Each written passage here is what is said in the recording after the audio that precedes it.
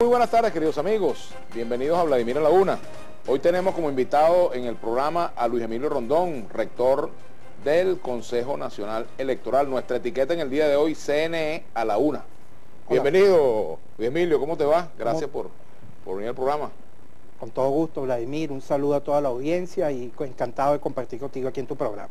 Bueno, Luis Emilio, hoy ha habido mucha expectativa porque en teoría, de acuerdo a lo que habían dicho dirigentes de la oposición, entre ellos Henry Ramos Alup, se iba a producir una sentencia del Tribunal Supremo de Justicia contra el referéndum revocatorio, una especie de referendicidio, de acuerdo a lo que se esperaba. Aún publicidad tu artículo. También yo escribí sobre el tema, por cierto, pero fíjate, no ha transcurrido, bueno, ha transcurrido mediodía, no se sabe qué va a pasar de aquí en adelante, pero ¿tiene sentido pensar en que eso puede ocurrir? ¿Es factible que esa decisión pueda salir?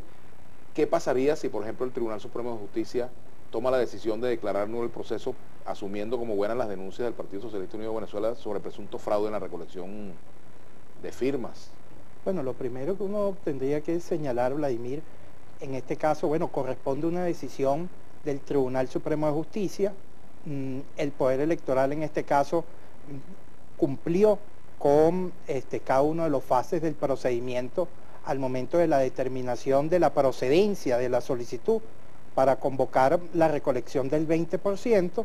Sin embargo, una vez convocado este proceso, debo recordar a la audiencia que representantes del Partido Socialista Unido de Venezuela consignaron ante la Sala Constitucional del Tribunal Supremo de Justicia una solicitud de nulidad en virtud de señalar de que estaba acompañado de un número de presuntos fallecidos la solicitud, en virtud de las propias consideraciones y cifras que están señaladas en el informe emanado del Consejo Nacional Electoral.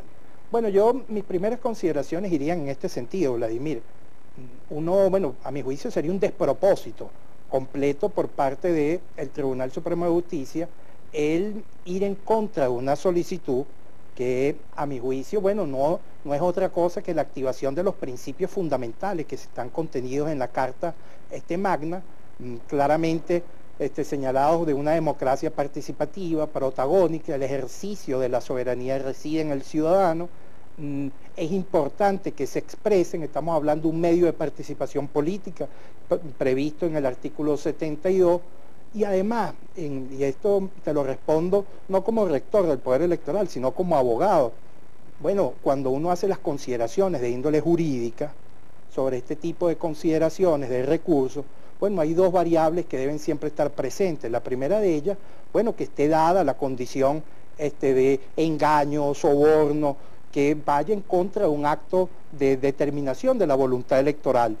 Y el segundo, que corresponde a la incidencia, que ese número de manifestaciones de voluntad o de voto o del sufragio, en definitiva, bueno, tengan incidencia sobre, en este caso, sobre el resultado final.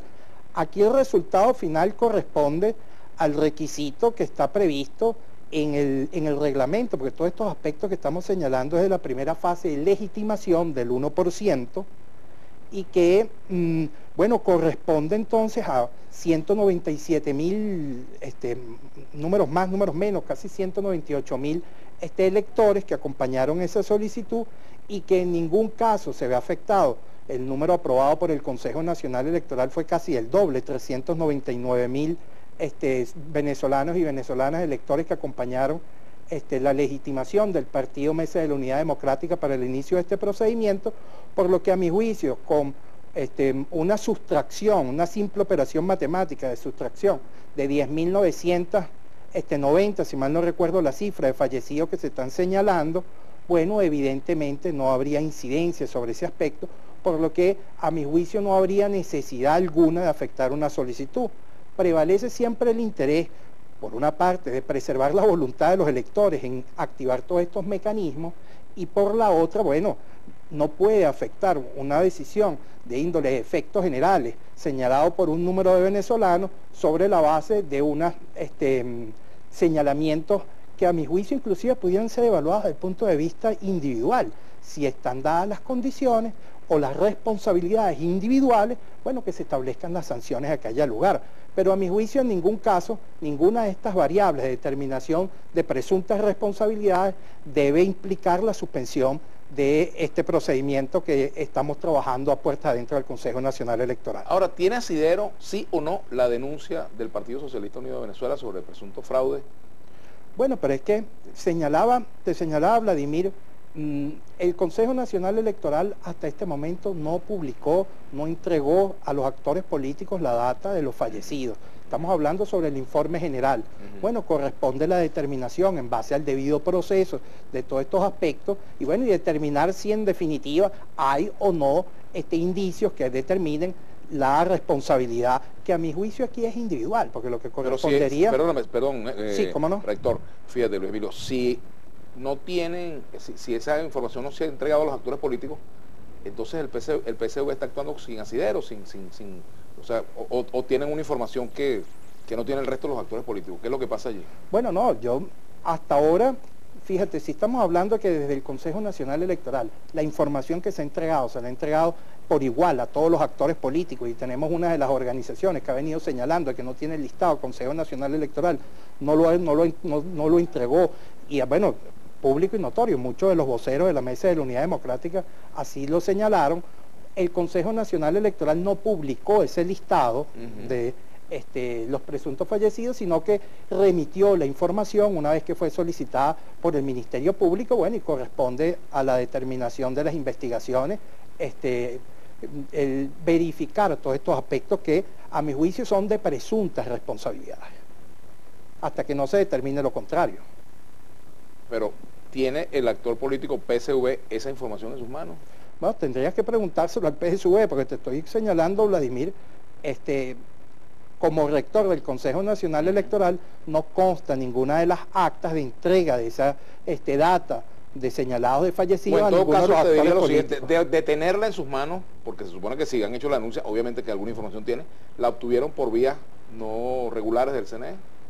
Bueno, no, por eso insisto, tendrías que preguntarle a los representantes del PSV sobre la base del cual ellos formularon su escrito de denuncia. En este caso yo lo que te estoy señalando como parte integral del Consejo Nacional Electoral no reposa en ninguna de las actas, nosotros no entregamos esa información a los actores políticos, sino cada una de estas informaciones que fueron entregadas fueron por iguales a las distintas organizaciones políticas, a la Mesa de la Unidad, al Partido Socialista Unido de Venezuela, y sobre esa base han venido actuando. Cuando se abrió el proceso, ya tenemos casi que irnos a la pausa, pero cuando se abrió el proceso, por ejemplo, después de la firma, para que las personas que no estaban allí se excluyeran, ¿por qué no privó también el criterio de dar la oportunidad a las personas que fueron excluidas para incluirse? ¿Te respondo ahorita o bueno, tenemos un minuto para responder, adelante, sí. Sí, bueno, precisamente eso fue uno de los aspectos, Vladimir, que yo señalaba a lo interno del Consejo Nacional Electoral, que así como se dio la oportunidad a los venezolanos que aparecieron en esos listados y consideraron que les había sido timado en su buena fe, no habían suscrito esa información y se les permitió retirar esa manifestación de voluntad, bueno, exactamente lo que corresponde a un procedimiento de un trato igualitario es que en este caso quien en definitiva había señalado que había suscrito y no apareció, bueno, debió haber tenido la oportunidad igual de incorporarse sobre una base muy clara, no sobre, bueno, porque hubo elementos políticos del manejo que si no se consignaron la totalidad de las manifestaciones de voluntad que habían recolectado la organización promovente, bueno, pero sobre la base de las planillas recibidas por el Consejo Nacional Electoral, que es un documento físico, público, bueno, sobre esa base se pudo haber hecho un mecanismo también de revisión y de verificar, bueno, Vladimir Villegas señala que suscribió la solicitud de adhesión o de legitimación de la Mesa de la Unidad Democrática y no aparece, bueno, ya hubiera tenido la oportunidad de hacerlo. Tenemos que hacer una pausa. Al regreso, te voy a hacer una preguntita para que la vayas pensando. Luis Emilio, ¿tú sientes que tus compañeras de Consejo Nacional Electoral están actuando para impedir el referéndum o para facilitarlo? Vamos a la pausa y ya venimos con Luis Emilio.